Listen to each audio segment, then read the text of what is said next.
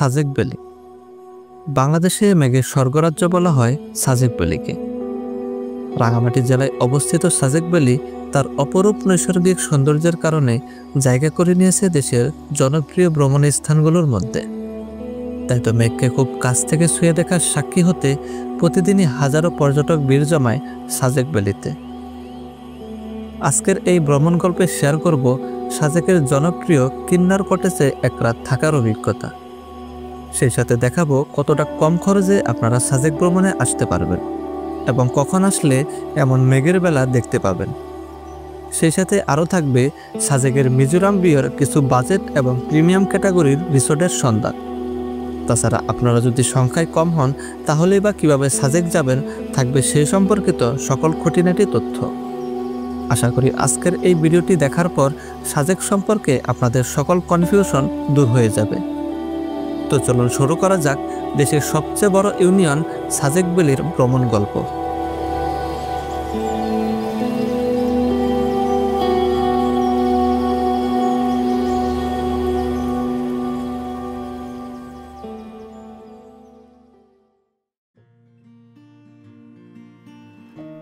Sajek valley Rangamati জেলায় অবস্থিত হলেও ভৌগোলিক অবস্থানের কারণে আপনাদেরকে খাগড়াছড়ি হয়ে সাজেক যেতে হবে।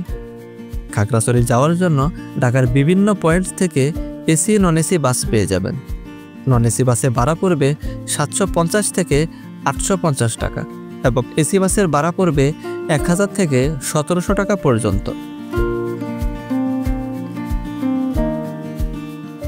আজ আমরা ঢাকার আবদুল্লাপুর থেকে ইকোনো সার্ভিসের নন এসি এই বাসটিতে করে যাচ্ছি, যার ভাড়া পড়েছে জনপ্রতি 750 টাকা করে। আল্লাহর নাম নিয়ে রাত 9:30 আবদুল্লাপুর থেকে আমাদের বাস যাত্রা শুরু করে খাগড়াছড়ির উদ্দেশ্যে। যেতে আনুমানিক সময় লাগবে 8 থেকে 9 ঘন্টার মতো। রাত 2টার দিকে বাসটি কুমিল্লার জমজম হোটেলে 20 মিনিটের যাত্রা বিরতি দেয়। এ সকল হোটেলগুলো থেকে কোনো কিছু অর্ডার করার আগে অবশ্যই দাম জেনে নেবেন। 20 মিনিটের যাত্রা বিরতি শেষ করে বাসটি আবারও ছুটে চলছে খাগড়াছড়ির উদ্দেশ্যে। আলহামদুলিল্লাহ, সকাল 6টার দিকে আমাদের বাসটি চলে আসে খাগড়াছড়ি বাস স্ট্যান্ডে। আমরা শান্তি পরিবহনের কাউন্টার থেকে ঢাকা ফেরার রিটার্ন টিকিট কেটে চলে যাই শাপলা চত্বরের দিকে, যা খাগড়াছড়ি বাস স্ট্যান্ড থেকে 5 মিনিটে হাঁটার দূরত্বে অবস্থিত। চাইলে এখানে থাকা মক্কা কিংবা মন্টানা রেস্টুরেন্ট থেকে সকালে নাস্তার পর্ব সেরে নিতে পারবেন। খাগড়াছড়ির শাপলা চত্বর থেকেই আপনারা সাজেক ভ্যালি যাওয়ার চাঁদের গাড়ি, সিএনজি, মাহিন্দ্রা কিংবা বাইক পেয়ে যাবেন। এ সকল বাহনগুলোর বিভিন্ন প্যাকেজ রয়েছে সাজেক ভ্যালি যাওয়ার জন্য। এ সকল প্যাকেজ এবং ভাড়ার তালিকা স্ক্রিনে দেওয়া রইল, চাইলে ভিডিও পজ করে দেখে নিতে পারেন।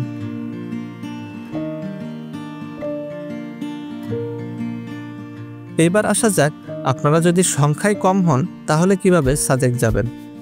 আপনারা যদি সংখ্যায় 2 জন হন তাহলে চাইলেই অন্য একটি গ্রুপের সাথে যুক্ত হয়ে একটি চাঁদের গাড়ি রিজার্ভ করতে পারেন। তবে এক্ষেত্রে সবচেয়ে বড় সমস্যা হলো 8 থেকে 10 জনের অপরিচিত একটি গ্রুপের সাথে যুক্ত হতে অনেকেই আনইজি ফিল করে। তাই আপনাদের বলবো 2 থেকে 3 জনের ছোট কোনো গ্রুপের সাথে যুক্ত হয়ে 5 সিটের মাহিন্দ্রা গাড়িগুলো রিজার্ভ করতে পারেন, যা আমরা করেছিলাম। এছাড়া যদি 3 জন হয়ে থাকেন সেই ক্ষেত্রে একটি সিএনজি রিজার্ভ করতে পারবেন। তবে আমার কাছে ব্যক্তিগতভাবে চাঁদের গাড়ির তুলনায় সিএনজি কিংবা মাহিন্দ্রা গাড়িগুলোই বেশি পছন্দের। তার কারণ হলো চাঁদের গাড়ির ছাদগুলো খোলা যায় না, যার ফলে চাঁদের গাড়ির মাঝের সিটগুলোতে যারা বসে তারা সাজেক যাওয়ার পথের রাস্তার সৌন্দর্যগুলো ভালোভাবে উপভোগ করতে পারে না। আবার চাইলেও সবাই চাঁদের গাড়ির ছাদের উপরে বসতে পারে না। তবে সিএনজি কিংবা মাহিন্দ্রা গাড়িগুলোর ছাদ খোলা যায়, যার ফলে দাঁড়িয়ে কিংবা বসে পুরো রাস্তার সৌন্দর্য খুব ভালোভাবে উপভোগ করা যায়। তবে এই সকল সিএনজিগুলো নিয়ে অনেকের মনে একটি ভয় কাজ করে যে সাজেকের রাস্তা যেহেতু অনেক খাড়া, সেহেতু সিএনজিগুলো উপরে উঠতে পারবে কিনা কিংবা নিচের দিকে গড়িয়ে পড়বে কিনা। তাদের উদ্দেশ্যে বলবো, এ ধরনের ভয় পাওয়ার কোনো কারণ নেই। সাজেকের রাস্তায় চলা এ সকল সিএনজিগুলো অনেক শক্তিশালী হয়ে থাকে, যার ফলে তারা নির্দ্বিধায় উপরের দিকে উঠতে পারে। আপনারা চাইলে বাইকে করেও সাজেক যেতে পারবেন। সেক্ষেত্রে যদি এক রাত সাজেক থেকে পরের দিন খাগড়াছড়ি চলে আসেন তাহলে ভাড়া পড়বে 2500 টাকার মতো।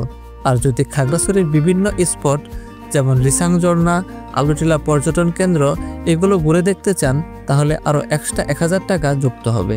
তবে সাজেক যেহেতু সবসময় রোদ বৃষ্টির খেলা চলে, তাই বৃষ্টি হলে বাইকে যাওয়াটা একটু সমস্যার হয়ে যায় এবং সাথে থাকা ভারী ব্যাগগুলো নিয়ে বসাটা একটু কষ্টকর হয়ে যায়।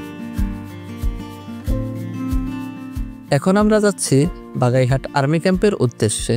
আমরা 5 জনে মিলে 6000 টাকা দিয়ে একটি মাহিন্দ্রা গাড়ি রিজার্ভ করে নিই।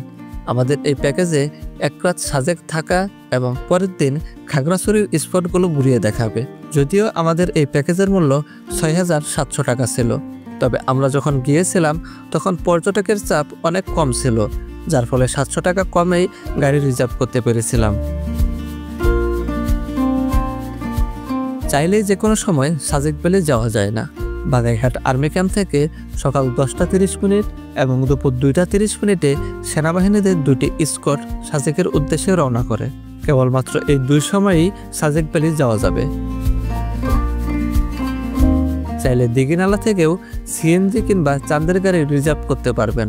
সেক্ষেত্রে খাগড়াছড়ির তুলনায় প্রতি প্যাকেজে 500 থেকে 700 টাকার মতো কমে গাড়ি রিজার্ভ করতে পারবেন। তাই যদি দিঘিনালা থেকে চাঁদের গাড়ি রিজার্ভ করতে চান তাহলে সরাসরি ঢাকা থেকে শান্তি পরিবহনের বাসে করে দিঘিনালা পর্যন্ত আসতে পারবেন। একমাত্র শান্তি পরিবহনের বাসই দিঘিনালা পর্যন্ত আসে। পাহাড়ি আঁকাবাঁকা রাস্তার সৌন্দর্য দেখতে দেখতে 9টার দিকে আমরা চলে আসি বাগাইহাট আর্মি ক্যাম্পে। যেহেতু স্কোয়াড ছাড়তে এখনো অনেক দেরি আছে, তাই আমরা আশেপাশের জায়গাগুলো ঘুরে দেখতে থাকি। এখানে রয়েছে বেশ কিছু পাহাড়ি ফলমূলের দোকান, চাইলে এই সকল ফলমূলগুলো খেয়ে দেখতে পারেন। যদিও আগে আর্মি ক্যাম্পে এনআইডি কার্ডের ফটোকপি জমা দিতে হতো, তবে বর্তমানে তা আর প্রয়োজন পড়ে না। তবে আপনারা সাথে 2-1টা এনআইডি কার্ডের ফটোকপি রাখতে পারেন। ঠিক 10টা 30 মিনিটে আর্মি স্কোয়াডের সাথে আমাদের সিএনজি যাত্রা শুরু করে সাজেক ভ্যালির উদ্দেশ্যে। গাড়ি যতই সামনের দিকে ছুটে চলছে, পাহাড়ি আঁকাবাঁকা রাস্তার সৌন্দর্য যেন ততই বেড়ে যাচ্ছে। সাজেক ভ্রমণের আসল রোমাঞ্চ খুঁজে পাওয়া যায় সাপের মতো এঁকে বেঁকে চলা পাহাড়ি এই রাস্তার মাঝে। পাহাড়ের অপরূপ সুন্দর দৃশ্য দেখতে দেখতে আমরা সাজেক ভ্যালির খুব কাছাকাছি চলে এসেছি। গাড়িগুলো এখানে এসে কিছুক্ষণের জন্য বিরতি দিয়ে থাকে, কারণ বাকি 3 থেকে 4 কিলোমিটার রাস্তা সব থেকে উঁচু এবং খাড়া। তাই সিএনজি এবং চাঁদের গাড়িগুলো গাড়ির ইঞ্জিন ঠান্ডা করে নেয়।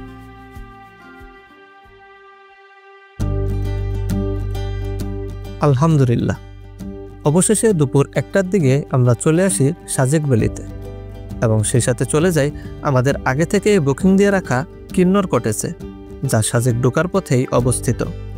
কিন্নর সাজেকের অন্যতম জনপ্রিয় একটি কটেজ, তাই এখানে রুম পেতে হলে আপনাদের ভ্রমণের তারিখ হতে 1 মাস আগেই বুকিং দিয়ে রাখতে হবে।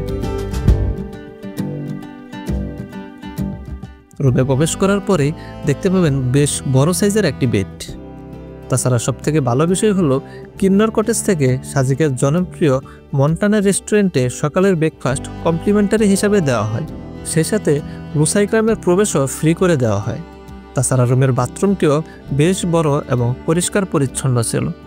এই রুমের সবথেকে বড় আকর্ষণ হলো বারান্দা, যেখান থেকে ছোঁয়া যায় মেঘ।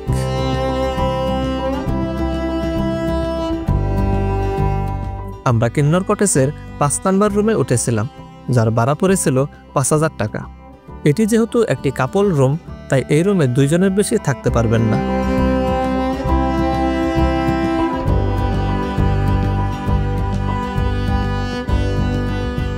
রুমে চেক ইন করে চলে যাই মন্টানা রেস্টুরেন্টে দুপুরে খাবারের জন্য। সাজেক ভ্যালিতে খাবারের জন্য অসংখ্য রেস্টুরেন্ট পেয়ে যাবেন। এই সকল রেস্টুরেন্টগুলোতে 500 থেকে 700 টাকার মধ্যে 3 বেলা খাবারের প্যাকেজ পাওয়া যায়। আমাদের যেহেতু সকালের খাবার কটেজ থেকেই দেওয়া হয়েছিল, তাই 600 টাকা দিয়ে দুপুর এবং রাত্রের খাবারের একটি প্যাকেজ নিয়ে নিই। তবে মনে রাখবেন, সাজেকের রেস্টুরেন্টে ঢোকার সাথে সাথেই আপনি খাবার নাও পেতে পারেন, তাই খাওয়ার 30 মিনিট আগেই খাবারের অর্ডার দিয়ে আসবেন। আমাদের দুপুরের খাবারে ছিল ডাল, ভাত, সবজি, আলু ভর্তা এবং সাজেকের জনপ্রিয় ব্যাম্বু চিকেন। খাবারের স্বাদ বেশ ভালো ছিল।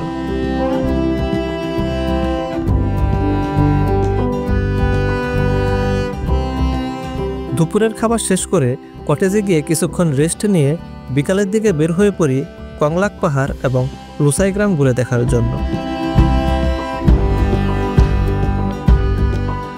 লুসাই গ্রামের প্রবেশ মূল্য জনপ্রতি 30 টাকা করে।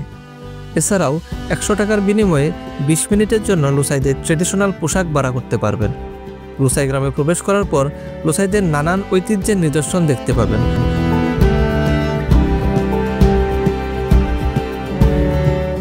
লুসাই গ্রাম ঘোরা শেষ করে এখন আমরা যাচ্ছি কংলাক পাহাড়ের উদ্দেশ্যে। চলতি পথে সাজেকের সুন্দর এই মসজিদটির দেখা পাবেন। কংলাক পাহাড়ের নিচের এই জায়গাটিতে সিএনজি এবং চাঁদের গাড়ি আপনাদের নামিয়ে দিবে। পাশে থাকা রাস্তাটি ধরে 10 মিনিট ট্রেকিং করে কংলাক পাহাড়ের চূড়ায় উঠতে হবে।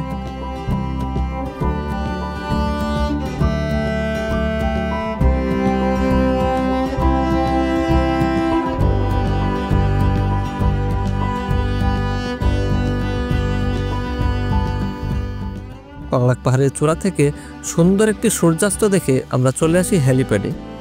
বিকাল থেকেই এখানে বিভিন্ন স্ট্রিট ফুডের দোকান বসে, চাইলে এই সকল খাবারগুলো খেয়ে দেখতে পারেন।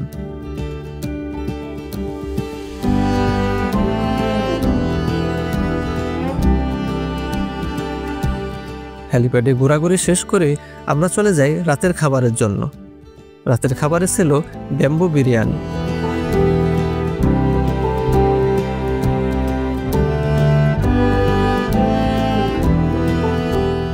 রাতের সাজেক যেন আরো বেশি জমজমাট হয়ে ওঠে। চারিদিকে বসে গানের আসর।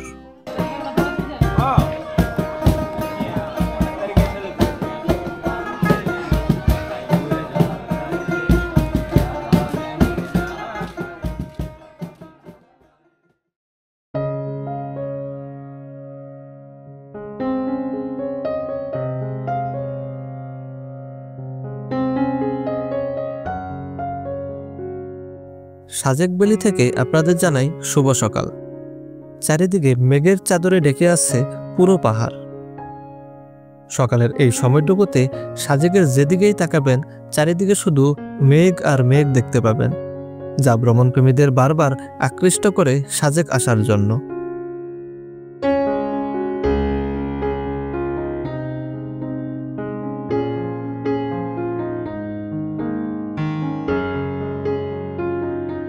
বেশ কিছুটা সময় আমরা মেঘের বেলা দেখতে দেখতে চলে আসি ইস্টন গার্ডেনে, যা সাজেক ঢোকার পথেই অবস্থিত।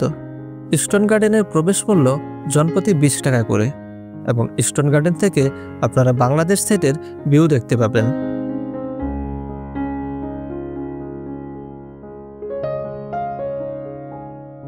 ইস্টন গার্ডেনে ঘোরাঘুরি শেষ করে আমরা আমাদের কটেজে গিয়ে ব্যাগপত্র গুছিয়ে বের হয়ে পড়ি, কারণ 10টার স্কোয়াডে আমরা খাগড়াছড়িতে ফিরে যাব। তবে আপনারা যারা খাগড়াছড়ির স্পটগুলো ঘুরে দেখবেন না, তারা চাইলেই বিকালের স্কোয়াডে খাগড়াছড়ি ফিরতে পারেন। হোটেল থেকে চেক আউট করে আমরা চলে যাই সকালের নাস্তার জন্য। সকালের নাস্তায় ছিল ডিম খিচুড়ি। সকালের নাস্তার পর্ব শেষ করে বিদায় নিচ্ছি সাজেক ভ্যালি থেকে।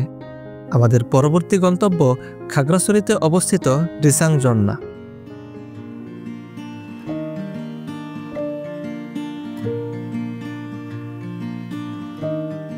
দুপুরের দিকে আমরা খাগড়াছড়ি শহরে পৌঁছে যাই এবং রিসাং ঝর্ণা যাওয়ার পথে সিস্টেম রেস্টুরেন্ট থেকে দুপুরের খাবার সেরে নেই।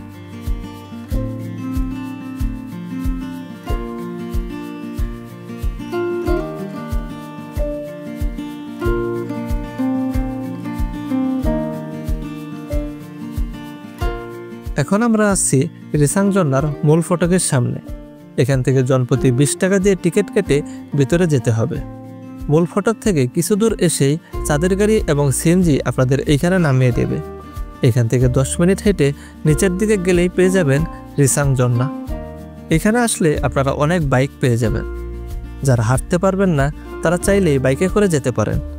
তবে আমার মতে যেহেতু যাওয়ার সময় নিচের দিকে যেতে হয় তাই তেমন একটা কষ্ট হয় না, তাই যাওয়ার সময় হেঁটে গিয়ে আসার সময় বাইকে আসতে পারেন।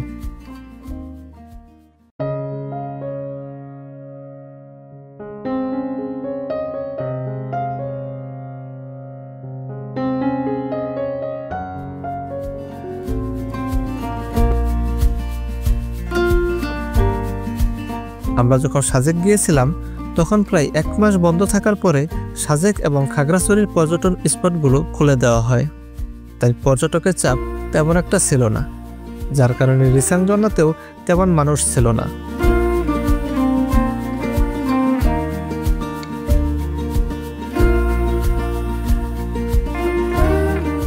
রিসাং ঝর্ণা ঘোরা শেষ করে আমরা চলে যাই আলুটিলা পর্যটন কেন্দ্রের উদ্দেশ্যে। আলুটিলা পর্যটন কেন্দ্রের প্রবেশ মূল্য 40 টাকা করে। ভিতরে আসলেই আপনারা এই জায়গা থেকে খাগড়াছড়ি পুরো শহরটিকে দেখতে পাবেন। সে সাথে ভিতরে রয়েছে সুন্দর একটি ঝুলন্ত ব্রিজ। তাছাড়া চাইলে আপনারা 20 টাকা টিকিট দিয়ে রোমাঞ্চকর আলুটিলা গুহাতেও যেতে পারেন, যা আলুটিলা পর্যটন কেন্দ্রের ভেতরেই অবস্থিত।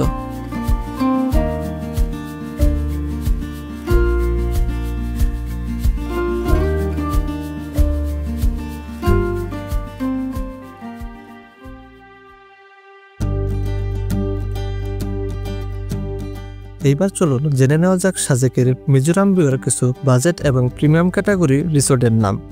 সাজেকের প্রিমিয়াম এবং সেরা রিসোর্টগুলোর মধ্যে রয়েছে কিন্নর কটেজ, মেঘপুঞ্জি, ক্লুসাই কটেজ, মেঘমাচাং, Meghpiyon, Niribili eco resort, Ruilui resort, Shanghai hill resort. এই সকল রিসোর্টগুলোর ভাড়া সাধারণত 5,000 থেকে 7,000 টাকার মধ্যে হয়ে থাকে এবং এই রিসোর্টগুলোর সেবার মান এবং জনপ্রিয়তার দিক দিয়ে প্রথম সারিতেই রয়েছে। এছাড়াও সাজেকে মেঘপল্লী নামে সুইমিং পুল সহ একটি রিসোর্ট পেয়ে যাবেন, যার ভাড়া সাধারণত 10,000 টাকা থেকে শুরু হয়ে থাকে, তবে বিভিন্ন সময় 60% পর্যন্ত ডিসকাউন্ট দিয়ে থাকে। এই সকল রিসোর্টগুলোর বুকিং নাম্বার এবং ফেসবুক পেজের লিঙ্ক এই ভিডিওর ডেসক্রিপশন বক্সে দেওয়া থাকবে। সাজেকে মিজোরাম ভিউয়ের বাজেট রিসোর্টগুলোর মধ্যে রয়েছে Sampari Jungor eco resort, Madventure resort, ছায়ানির ইকো রিসোর্ট, রয়্যাল সাজেক এবং চাঁদনি ইকো রিসোর্ট। এই সকল রিসোর্টগুলোর ভাড়া সাধারণত 3,500 টাকা থেকে 4,000 টাকা পর্যন্ত হয়ে থাকে। সময় ভেদে ভাড়া কিছুটা তারতম্য হতে পারে, তাই আপনারা সাজেক ভ্রমণে যাওয়ার আগে ডেসক্রিপশন বক্সে দেওয়া নাম্বারে ফোন করে সেই সময়ের সঠিক ভাড়াটি জেনে নেবেন। এছাড়াও 1500 থেকে 2,000 টাকার মধ্যে বাংলাদেশ ভিউয়ের অসংখ্য রিসোর্ট পেয়ে যাবেন। তবে আমার মতে ভাড়া কিছুটা বেশি দিয়ে হলেও মিজোরাম ভিউয়ের রিসোর্ট নেওয়ার চেষ্টা করবেন।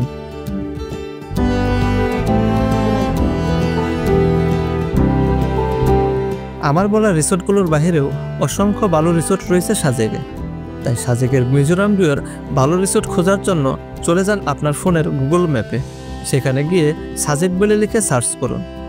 কিছুটা জুম করার পর হাতের ডান দিকে যে সকল রিসোর্টগুলো দেখতে পাবেন তার সবগুলোই মিজোরাম ভিউয়ের রিসোর্ট। এই সকল রিসোর্টের নাম লিখে ইউটিউবে সার্চ করলে আরও বিস্তারিত তথ্য জানতে পারবেন।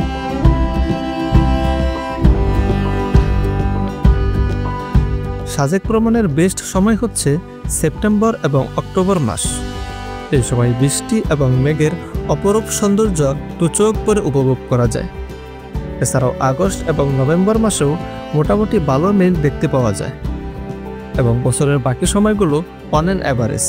এই সময়গুলোতে কখনো ভালো মেঘের দেখা পাওয়া যায়, আবার কখনো কিছুই দেখা যায় না।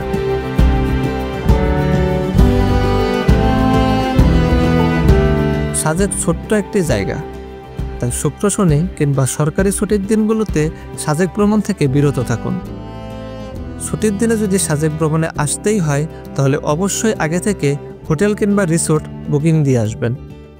রিসোর্ট বুকিং দিয়ে না আসলে সারা রাত বাইরে থাকার মতো অভিজ্ঞতা হতে পারে।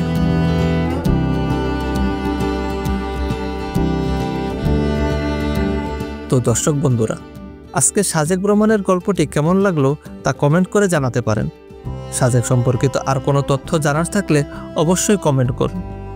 ভবিষ্যতে ভ্রমণ সম্পর্কিত এমন ভিডিও পেতে চ্যানেলটি সাবস্ক্রাইব করে পাশে থাকুন।